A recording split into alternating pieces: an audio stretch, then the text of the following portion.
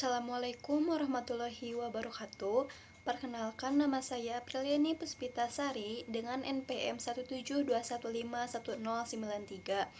Pada kesempatan kali ini, saya akan mencoba membahas tugas makalah yang saya buat untuk memenuhi salah satu tugas mata kuliah Seminar Pendidikan Matematika. Makalah yang saya buat berjudul Kemampuan Representasi Matematis Siswa Ditinjau dari Gaya Belajar.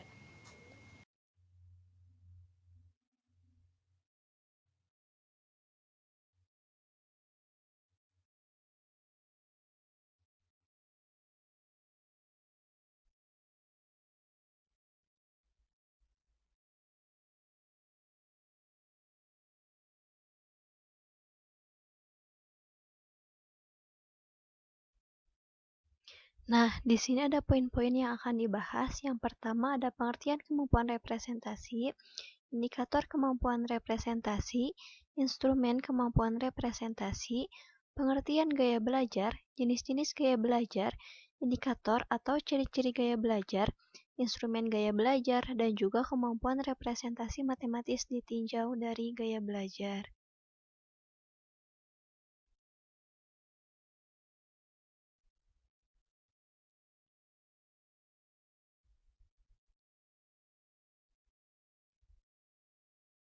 Poin yang pertama yang akan dibahas yaitu latar belakang. Latar belakang dari makalah ini yaitu pendidikan merupakan syarat penting bagi perkembangan dan kemajuan suatu bangsa. Peningkatan mutu pendidikan berarti pula peningkatan sumber daya manusia. Oleh karena itu, demi tercapainya pendidikan yang dapat membentuk manusia yang memiliki pengetahuan dan keterampilan, maka diperlukan suatu proses pembelajaran. Di antaranya adalah pembelajaran dalam bidang matematika. Matematika merupakan pengetahuan yang sangat penting bagi manusia untuk menjalani hidup dan kehidupan. Matematika sekolah berperan untuk mempersiapkan anak didik agar sanggup menghadapi perubahan keadaan di dalam kehidupan dunia yang senantiasa berubah melalui latihan bertindak atas dasar pemikiran logis, rasional, kritis, cermat, objektif, kreatif, efektif, dan analisis. Selain itu, belajar matematika juga untuk mempersiapkan anak didik agar anak didik tersebut bisa menggunakan matematika secara fungsional dalam kehidupan sehari-hari di dalam menghadapi ilmu pengetahuan. Adapun tujuan pembelajaran matematika menurut Permendikbud nomor 22 tahun 2016 berdasarkan kurikulum tingkat satuan pendidikan atau KTSP agar peserta didik memiliki kemampuan sebagai berikut. Yang pertama yaitu memahami konsep matematika, menjelaskan kriteria antar konsep, dan mengaplikasikan konsep atau algoritma secara luas, akurat, efisien, dan tepat dalam pemecahan masalah. Yang kedua, menggunakan penalaran pada pola dan sifat, melakukan manipulasi matematika dalam menggunakan generalisasi, menyusun bukti atau menjelaskan gagasan dan pernyataan matematika. Yang ketiga, memecahkan masalah yang meliputi kemampuan masalah, merancang model matematika, menyelesaikan model, dan menafsirkan solusi yang diperoleh. Yang keempat yaitu mengkomunikasikan gagasan dengan simbol, tabel, diagram, atau media lain untuk memperjelas keadaan masalah. Dan yang terakhir, memiliki sikap menghargai kegunaan matematika dalam kehidupan yaitu memiliki rasa ingin tahu, perhatian, dan minat dalam mempelajari matematika, serta sikap ulet dan percaya diri dalam pemecahan masalah.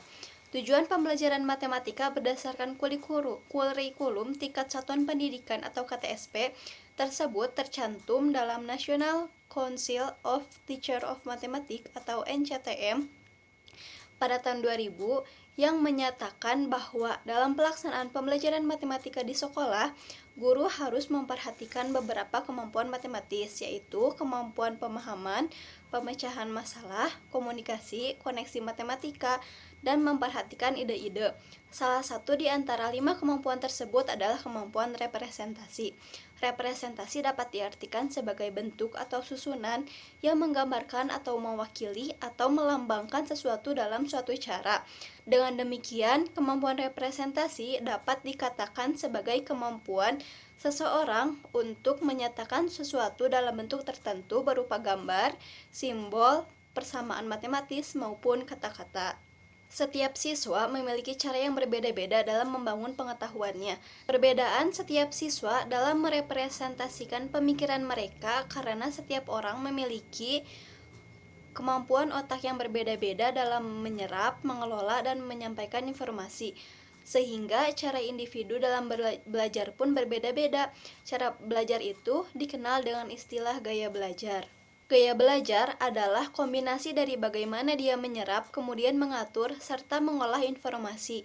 Gaya belajar atau learning style adalah cara ia bereaksi dan menggunakan perangsang-perangsang yang diterimanya dalam proses belajar.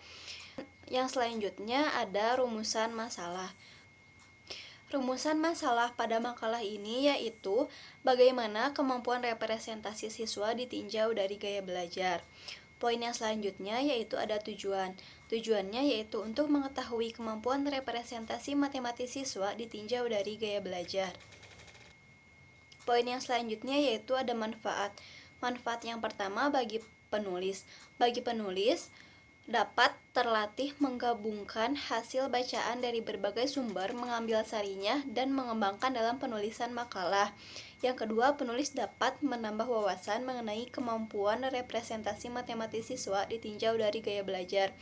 Yang selanjutnya ada manfaat bagi pembaca, yaitu pembaca dapat menambah wawasan mengenai kemampuan representasi matematis siswa ditinjau dari gaya belajar. Selain itu, pembaca juga dapat mengimplementasikan pemahaman tentang kemampuan representasi matematis siswa ditinjau dari gaya belajar pada pembelajaran matematika. Poin yang selanjutnya yaitu ada kajian teori. Terdapat 5 standar matematika yang mendeskripsikan pemahaman matematika dan kemampuan matematis siswa yang perlu dikuasai.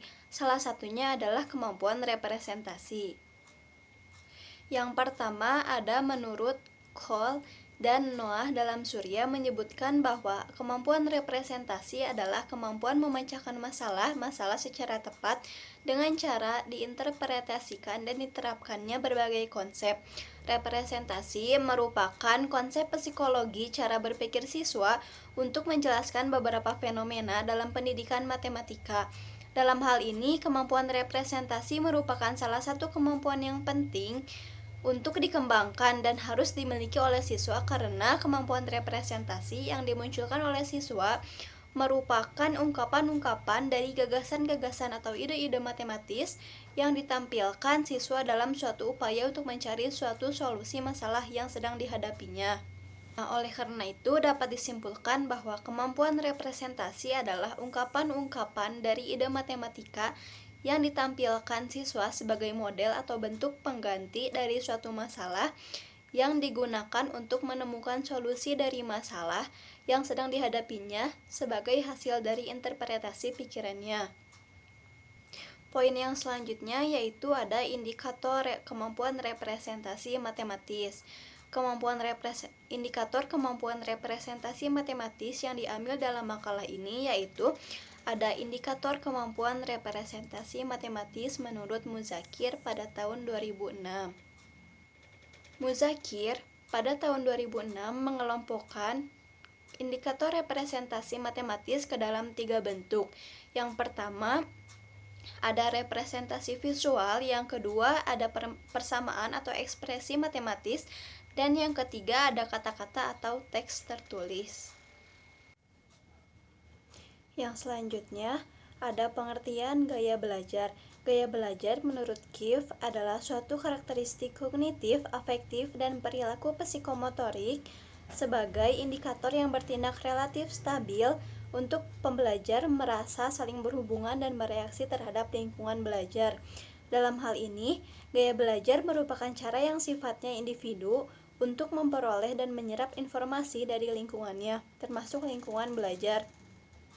Gaya belajar merupakan suatu kombinasi dari bagaimana seseorang menyerap dan kemudian mengatur serta mengolah informasi yang diterimanya. Gaya belajar bukan hanya merupakan aspek ketika menghadapi informasi, melihat, mendengar, menulis, dan berkata, tetapi juga aspek pemrosesan informasi sekuensial, analitik, global, atau otak kiri otak kanan. Aspek lain adalah ketika merespon sesuatu atas lingkungan belajar atau diserap secara abstrak dan konkret. Jadi, dapat disimpulkan bahwa gaya belajar merupakan cara yang dilakukan oleh siswa secara konsisten dalam merespons stimulus dan informasi dalam proses pembelajaran. Gaya belajar adalah cara yang cenderung dipilih siswa untuk bereaksi dan menggunakan perangsang-perangsang dalam menyerap dan kemudian mengatur serta mengolah informasi pada proses belajar. Untuk yang selanjutnya yaitu ada jenis-jenis gaya belajar. Jenis-jenis gaya belajar yang diambil pada makalah ini yaitu gaya belajar menurut Deporter dan Hinerki pada tahun 2013. Yang pertama ada gaya belajar visual. Gaya belajar visual cenderung lebih dominasi dalam penglihatannya dibanding dengan pendengarannya dan gerakan-gerakan. Gaya belajar visual ini cenderung lebih khusus belajar melihat pada fokus telaahnya. Gaya belajar ini memegang peran penting yaitu mata atau penglihatan atau yang bisa disebut dengan visual. Yang kedua ada gaya belajar auditorial. Gaya belajar auditorial adalah gaya belajar yang lebih cenderung melalui suara dalam proses pembelajaran. Yang siswa yang mempunyai gaya belajar auditorial dapat belajar lebih cepat dengan menggunakan diskusi verbal dan mendengarkan penjelasan guru.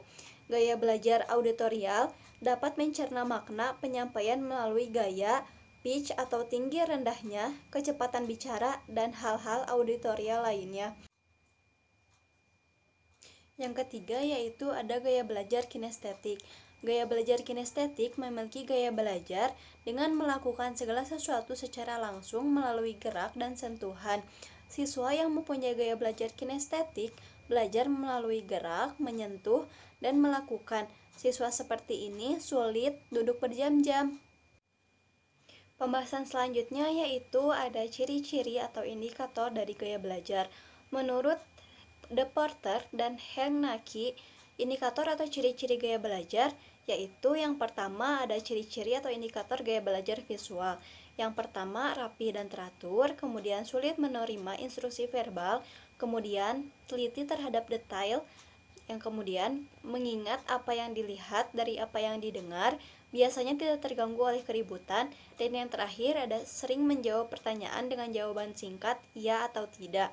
Yang kedua ada ciri-ciri atau indikator gaya belajar auditorial. Yang pertama ada mudah terganggu oleh keributan, yang kedua senang membaca dengan keras dan mendengarkan, yang ketiga merasa kesulitan untuk menulis tetapi hebat dalam bercerita, yang keempat ada suka berbicara di depan umum, suka berdiskusi di dalam kelompok, dan menjelaskan sesuatu panjang lebar, dan yang terakhir yaitu menyukai musik atau sesuatu yang bernada dan berirama. Yang terakhir ada indikator atau ciri-ciri gaya belajar kinestetik. Yang pertama ada berbicara dengan perlahan, selalu berorientasi pada fisik dan banyak bergerak. Yang ketiga tidak dapat duduk diam untuk waktu lama. Yang keempat belajar melalui manipulasi dan praktek. Dan yang terakhir ada peka terhadap ekspresi dan bahasa tubuh. Yang selanjutnya yaitu langsung kepada inti pembahasan pada makalah ini, yaitu kemampuan representasi matematis siswa ditinjau dari gaya belajar. Hasil analisis penelitian yang dilakukan oleh Nur Andika Tiffany dalam artikel skripsinya yang berjudul Analisis Kemampuan Representasi Siswa dalam Menyelesaikan Masalah Kontekstual Matematika ditinjau dari gaya belajar menjelaskan bahwa kemampuan representasi siswa dalam menyelesaikan masalah kontekstual matematika ditinjau dari gaya belajar. Yang pertama, subjek dengan gaya belajar visual dapat memenuhi semua indikator. Representasi dengan karakter subjek mengerjakan secara mandiri, sistematis, detail, dan benar berdasarkan apa yang ia lihat. Yang kedua, ada subjek dengan gaya belajar auditori dapat memenuhi semua indikator representasi, namun terdapat satu indikator di mana hasil wawancara lebih detail daripada tes tertulis dengan karakter subjek mengerjakan secara urut dan rapih berdasarkan apa yang pernah ia dengar.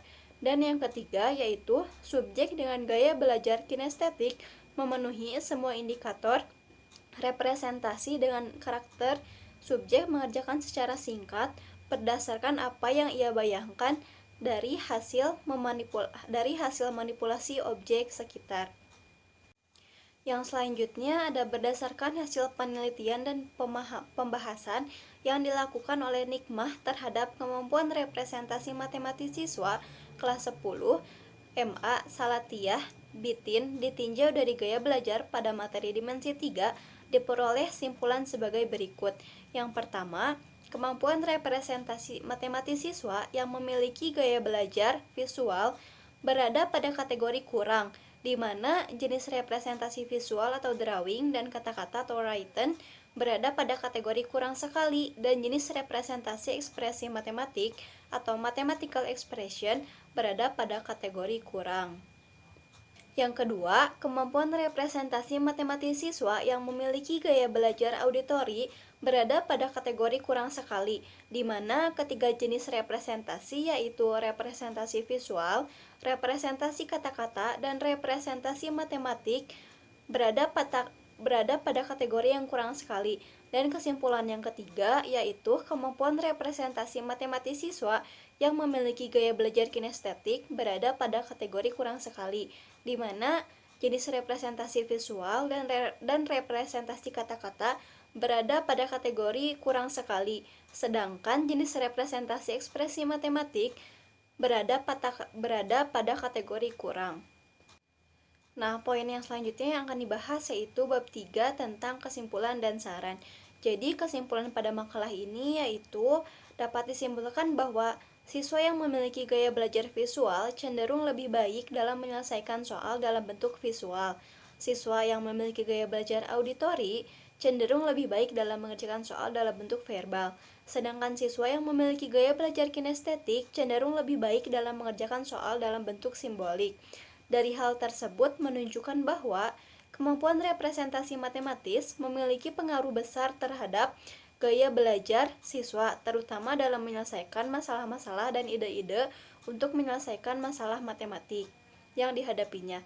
Namun, pada hakikatnya, siswa juga membutuhkan latihan dalam membangun representasinya sendiri sehingga memiliki kemampuan dan pemahaman konsep yang baik yang dapat digunakan dalam memecahkan suatu masalah. Kurangnya latihan membuat siswa sulit dalam merepresentasikan sebuah soal, dan akibatnya siswa kurang paham jika menemukan soal dalam bentuk gambar atau cerita. Yang terakhir untuk sarannya yaitu dari makalah ini berdasarkan penelitian yang diperoleh maka dapat disarankan beberapa hal sebagai berikut. Yang pertama, guru disarankan untuk memberikan latihan, bimbingan, dan membiasakan peserta didik dalam memberikan interpretasi terhadap suatu masalah dan menuliskan langkah-langkah penyelesaian masalah matematis dengan kata-kata secara lengkap dan tepat untuk meningkatkan kemampuan representasi verbal peserta didik.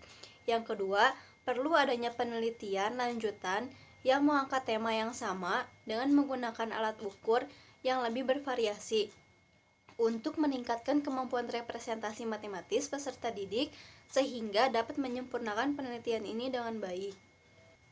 Sekian pemaparan tentang isi makalah yang saya buat, yaitu kemampuan representasi ditinjau dari gaya belajar peserta didik.